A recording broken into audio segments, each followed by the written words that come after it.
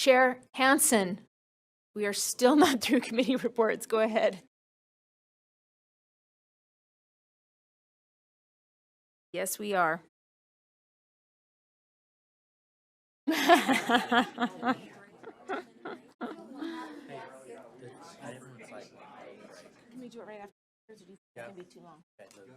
So the only thing standing between us and a break is the Standards Committee report. Let's keep that in mind.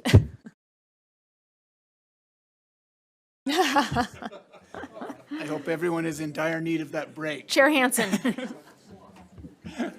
Okay, first item is 13.3.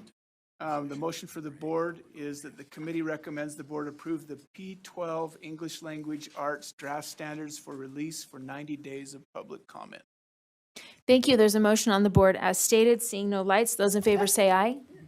Oh, I see a light. Board Member Earl?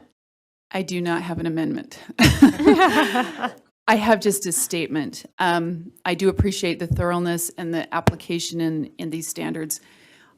I do have one question. I don't know if we have anybody here from. The question is, we removed content. There was some content there on governmental documents. I think it was just in 11th grade. Is that the only content that was removed? That was specific, content specific? Yes, please. And Sarah, can you just tell us your name and your title too? Yes, thank you. Sarah Whipke, Pre-K through 12 Literacy and Library Media Coordinator, thank you.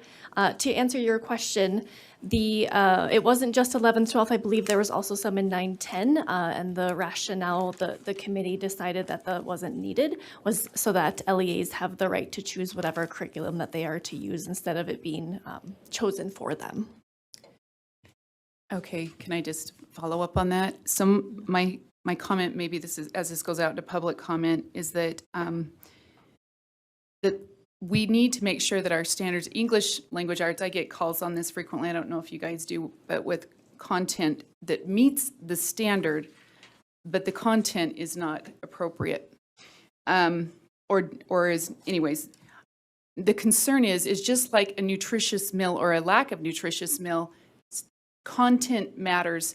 And I'm concerned that not that we have to have, you have to teach this and this content, but if we don't have something in there that says, whether it's per heading or whatever, that indicates the direction we want to go, we may be malnourishing our students in the content that's provided. And I do think that there is, especially with our governmental documents, the way it's worded, it still leaves that broad latitude. So I hope we'd take that into consideration, and the public will take it into consideration as we move forward on that. It isn't extensive. It's very minimal, but it is valuable. And I think it says this is a priority for the state. And when it's written into our standards, then teachers know this is a priority for us, for the students. Anyways, those are just my comments. Thanks. Okay, thank you. There's a motion on the board that the board approves the P through 12 English Language Arts draft standards for release for 90 days public comment. Those in favor say aye. Aye. Those opposed? That passes unanimously. Chair Hansen? Yes, item 13.4, motion for the board. The committee moves that the board approves staff enter into the RFI process to explore partnering with an entity to create social studies curriculum for grades pre-K through 6. Thank you. Board Member Klein? I'm just curious about we haven't approved the social studies standards yet, correct? So is this premature to be putting this out there before we've actually approved the standards? Chair Hansen? Yeah, I don't believe it's premature. This is an RFI, so this is a request for information. So we're out there looking for people who would be interested in helping us to create curriculum for Utah-specific curriculum for social studies, and that would have to match up with the standards. So they'll come together, but this is a very preliminary step. So this isn't a request for quote, this is a request for information. Okay, so follow up. Yes, please. It's based, the reason they're putting the RFI out, if I understood correctly, is because they're saying there isn't curriculum out there already that meets our proposed standards, so we would need someone to write them. So. What if the- those standards change before they're approved? Yeah. And then it does meet something that's I out can there ask- already. I can Does ask that for make staff to sense? come and back me up, but my understanding of this, and hopefully I'll be corrected if I'm off base here, is that social studies has been neglected as far as materials that could be provided to teachers so that they could teach this. And as a result, we're not getting the coverage that we want as far as social studies curriculum. There is an appetite within our LEAs to have some curriculum that would be Utah-specific, so that teachers, instead of having to go out and cull materials from the internet or wherever to put this together, would have something available. This would be optional curriculum that they could use if they want to. They could continue to do things the way they have in the future, but it would have to match with Utah standards. So that's my understanding, and right here, do me better on that. Robert Austin, Humanities Team Coordinator. What a wonderful thing to see people in real life. So, It's good, isn't it? yeah. Yeah, Chair Hansen really summarized the issue we face. Curriculum for elementary social studies is, there's a dearth of materials that are specific to what we're creating in Utah. So I think it'll be a nice kind of concurrent process that as the standards are developed, that we'll also have a chance to really get some outstanding curriculum. Thank you. Board Member Straight? Yes, thank you. As we work through this process, one of the things that we made certain of, and I think the standards we have are excellent, but one of the things that we made certain of is that there are some specific laws in regards to social studies instruction in Utah that are going to make certain are implemented within this adoption. So I'd just like to add that. Thank you. Seeing no other lights, we have a motion on the floor that the board approves staff to enter into the RFA process to explore partnering with an entity to create social studies curriculum for grades pre-K through 6. Those in favor say aye. Aye. Those opposed? That passes. Board Member Belknap is opposed. Chair Hansen? This item 14.7, the motion for the board is that the committee moves that the board approve the framework for educational equity modules in response to the requirements of R277-328 as amended for final approval. There's a motion on the floor as stated. Chair Huntsman? Oh, here, I'll. Board Member Earl? Yeah, I'm trying to, which document is that? There's several under there. And I can maybe clarify, this is the outline that shows Module 1, Module 2, the content So this is of the those. approval of all the different Well, modules, this is the kind of, more or approval of the less. Yeah. modules. There's some time. That's what I thought, some but I'm not- estimated am I time for seeing it? those that's listed there. Can I just ask a clarifying question? I don't see it on our, am I missing it? Not in the- I'm under 7. 13.7? So yeah, this Am would I be seeing it? 13.7. Did we skip? Oh, yeah, 13.7. The framework for 328.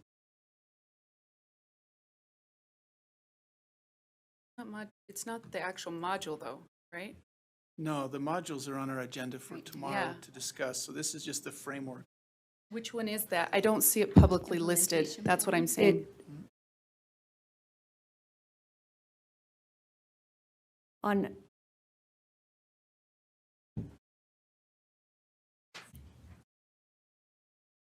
may I speak? Please do. Okay.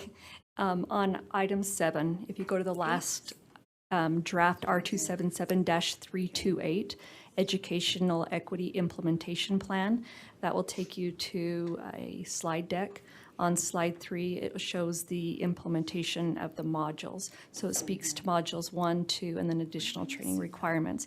It does not speak to the individual modules themselves or what's contained within the modules. It just gives the overarching view of how they could be organized.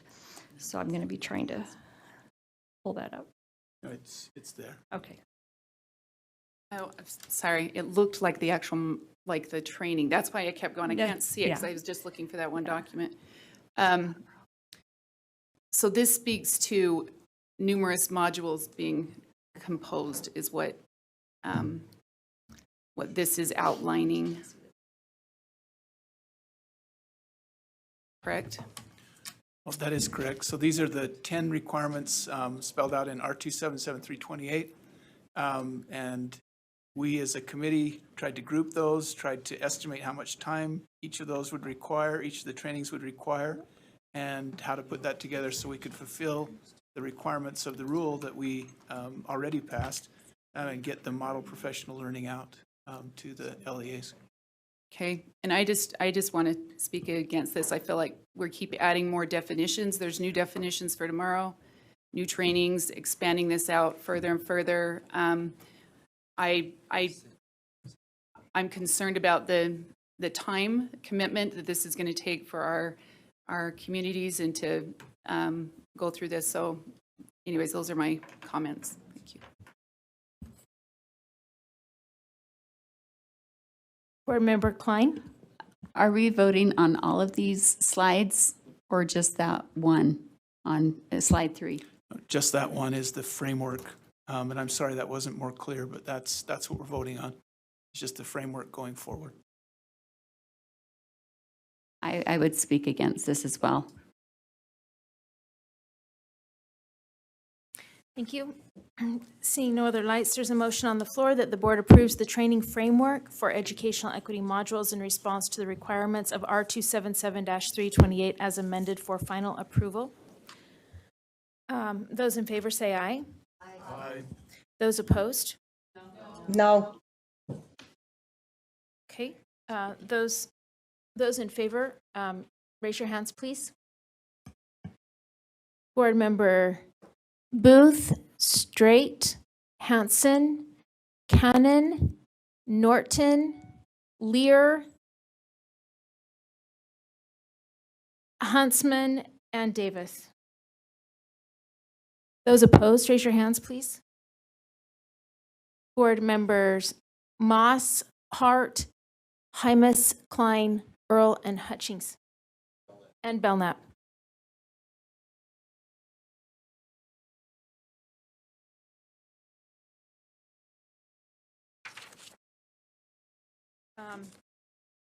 That's all. And I'm okay with the framework. I hope we will streamline and be narrow in our, I'm sorry. and not go That- crazy. that motion. Yes, we are I think that's the last one. Should we go into an executive session? Want me to put us in? Or do you- Yes, we're going to turn the time over to Chair Huntsman. He is going to put us into executive session and transition with a break on the way, Wait. I believe. Board Member Hart. I don't know what the proper timing is, but I want to bring back something. I have a motion. Okay. Can she bring back right now? Were you on the winning side? Mhm. Okay. Is now an appropriate time? Yeah, this is good. Okay, go Either ahead. now or after executive. Go ahead, Board I- Member Hart. I think I'd like to do that now Okay, for a captive audience. okay. Having voted on the prevailing side, I move that the board reconsider its action on agenda item 6.3 to recommend that the governor veto SB 211. Okay, there's a motion on the floor as stated. Would you like to speak to your motion? No, I've just given it more thought. Okay. Is there anyone else who would like to speak to the motion? Do I not need a second? Is there a second? Second, Board Member Norton. Okay, those in favor of this, would you like to speak, Board Member Norton? Those in favor of this motion, you stated the motion. Can you restate the motion with exactly what you want? I'm trying to Okay, get it up. so the motion is to reconsider. Then there would be a second motion made to yes. This is just a motion to reconsider, to So talk she's about it. on the prevailing side, so she can bring back. Okay, so there's a motion on the board, on the floor to reconsider board action on agenda item, is it 6.3? Yes, To ma'am. recommend that the governor veto SB 211. And we had a second, Board Member Norton. Those in favor say aye. Aye. Those Aye. those opposed? Those opposed, please raise your hands. Board Member Hanson, Cannon, and Lear, the motion passes. The motion comes. So the agenda item is back on the floor now.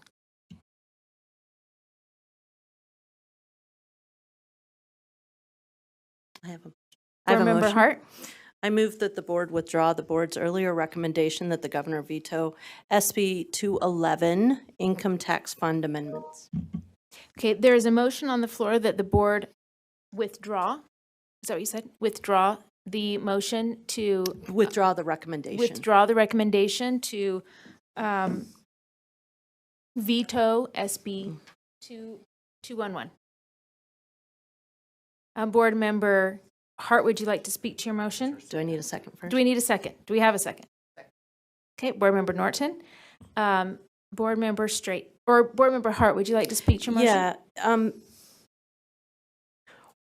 While I'm very dismayed that education funding would be going towards things other than education, I do understand that that moment has passed with the passing of Amendment G. And technically, it's an accurate statement of what that fund is. I think it's a little disingenuous, but I can't say that it's wrong. So, Thank you. Board Member Straight.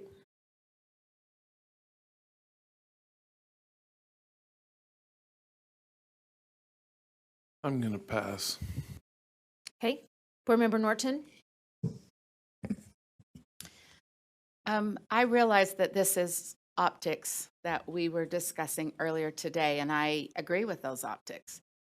However, I feel that a veto is also a pretty serious matter and one not to be taken lightly.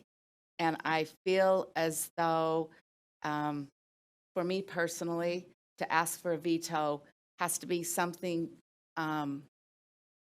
larger than just an optics measure. So as I said, I don't agree with the optics, but I do think that the legislators have made their stand. I voted to have them represent me, and as a body, that's what they are moving forward. I would like to continue to work with them on what they're going to be doing, but I don't think that I should be asking for a veto over an optics measure. Thank you. Board Member Hanson. Thanks. And I don't think it's just optics. I think we're the State Board of Education, and I think this sends a message that we think that funding is important and shouldn't be siphoned off to other places. If we don't want to take that stand as a board, that's fine, but I certainly do, and that's why I raised the motion. Thank you. Seeing no other lights. Not mine. Board Chair Hanson, and then Vice Chair Belknap. I think it's really Chair important. Huntsman, sorry. And I thought you had it right. That's my hearing. I think it's, again, we're talking about optics and a few other things, but in the space, the optics would be that at one point the board was in support of Amendment G. Now it's not. They basically are codifying what they've already been doing and going to do, and if you were to continue with this veto process, of course, being the chair, I need to support it, but I'm having a hard time personally coming up with justification in line items that's a violation to what was put into Amendment G to say why it's bad. And I'm sure as it goes to the governor's office, there's another citing that happens, and we have this. I believe we have quite a bit of political capital, and I think we will waste that on a messaging statement. And we know how messaging bills and other things happen out there, and I don't think it speaks to where our board's been and where we're going based on our history in support of Amendment G and just them codifying what was already in place. So, well, you know where I stand on it. Thank you. Vice Chair Belknap, your hand is down now. Do you still want to speak? I just want to say I agree with Chair Huntsman about that. It's not just an optic piece that, I mean, Chair, I should say Scott, what Scott Member Hansen said, but it also is already being done. This is already what's happening, and they have secured funding for public education. And when I say public ed, K-12 education, which they cannot take away, no matter what they call it, that it has been secured for us. And for us to do some of our biggest political collateral for this, and also maybe to be removed from the table. I don't believe that's worth it to us to be removed from the table to be able to speak up for what we need in the future. Thank you. Board Member Straight? Yes, I just have to say that Amendment G, I was very concerned about that when it came forward. And when they came forward with the legislature, after just a year and a half, I was concerned again. And I just want to say honestly that one of the concerns that I have is that we met here with a special meeting on a Tuesday to be told, basically in my simple mind, that we had too much money in education. We needed to balance that out. And by that Thursday, we all of a sudden didn't have enough money, and not everything was funded. And so but I want to be at the table. I want to be cautiously optimistic. I believe we do have political capital. I think our support is pivotal, even though we do not have a vote in the legislature.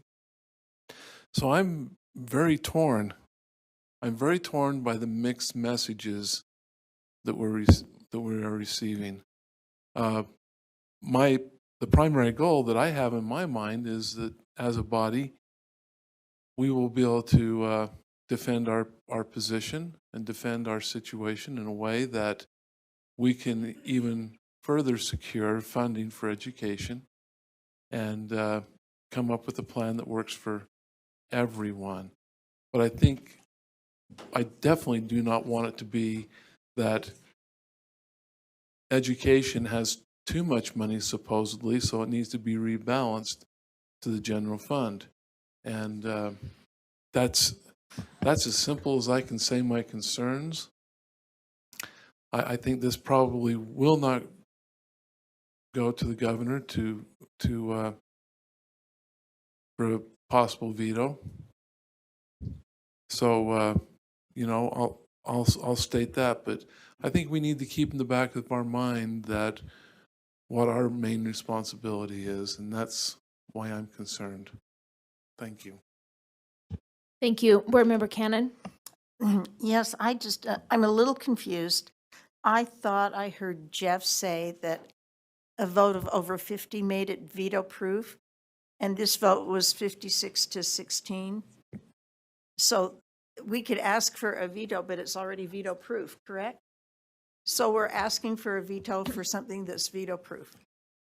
Well, doesn't that mean that the governor could still veto the bill, but then it could go back to the legislature to override the governor?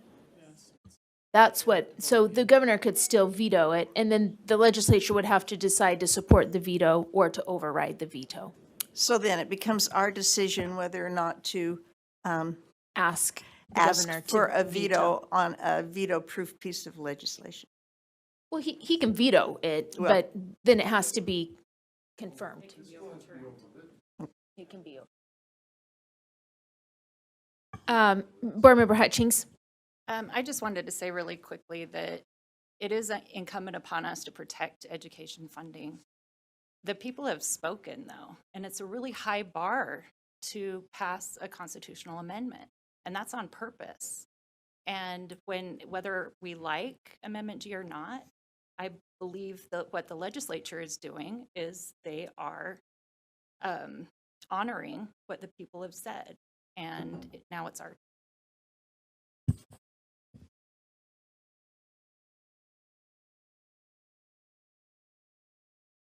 My understanding when I voted on Amendment G is that I would share a bit of the education fund with vulnerable populations. That was my understanding when I voted on Amendment G. I mean, I know where this is going. I just am going to add my little thought of what my understanding was when I voted. Seeing no more lights on the floor, we have a motion on the floor to move that the board withdraw the board's earlier recommendation that the governor veto SB 211 income tax fund amendments. Those in favor say aye. Aye. Those opposed? Those opposed are Board Member Hanson, Board Member Earl, and Board Member Davis. Did I say Earl? Did I say it? Lear, I apologize. The transposing in my mind. And Board Member Straight, were you a yes or a no? Are you a no? You're a no? Yes, you're a no. And Board Member Straight is a no. I think we all feel that way, Board Member Straight. Davis. I so often wish I could explain to the public that at any given moment, you could be 1 centimeter inside of a vote, and you have to vote yes or no. And so many times we wish we could explain to the whole public all the ins and outs. I wish there was an almost or a just barely, but there isn't. Chair Huntsman, can you take over? I'm going to